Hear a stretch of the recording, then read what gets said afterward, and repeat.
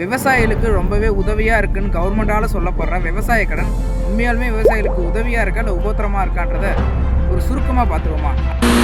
என்னோட புரிதலை நான் சொல்கிறேன். விவசாய கடனை மொத்தம் 2 பகுதி இருக்குது. விவசாய கடன் வாங்குறதுக்கு முன்னாடி சரி எப்படி ஈஸியாக வாங்க முடியுமான்னு கேட்டிங்கன்னா கிடையாது. ஒவ்வொரு தடி ஏறி இறங்கும் போது இது பத்தலை அது பத்தலை, இதை எடுத்துகிட்டு வா அதை எடுத்துகிட்டு வான்னு சொல்லி நம்மளை அலைய வைப்பாங்க.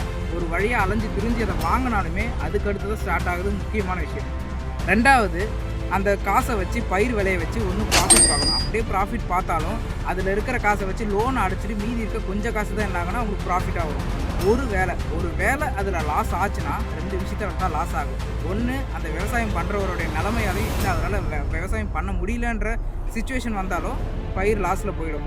இதுக்கு காரணம் அவர் தான். 2வது, ஒருவேளை இயற்கை சீற்றத்தாலேயோ இல்லை ரிசோர்ஸ் இல்லாமல் இல்லை எதிர்பாராத நிகழ்வுகளால் இந்த லாஸ் வந்துச்சுன்னா காரணமே இல்லாத விவசாயி அதை எப்படி பொறுப்பேற்றுக்க முடியும்?